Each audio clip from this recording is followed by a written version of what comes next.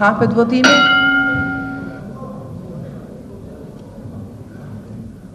Vazhdon votimi. Atëherë, 75 pro, s'ka kundër, asnjë kundër, 54 ashtu. Kuvendi miraton dekretin e presidentit.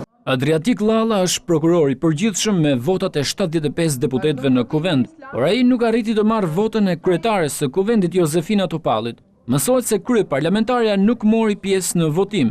Zyra e shtypit e kuvendit sqaron zyrtarisht se mos votimi i zonjës Topalli është plotësisht i ndërgjegjshëm dhe një zgjedhje e saj personale.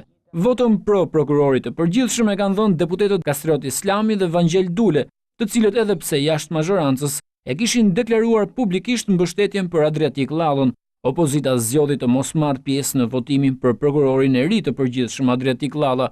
Deputeti Tom Doshi, megjithse kishte paralajmëruar votën pro tij, nuk ishte prezent në kuvend gjatë momentit të votimit.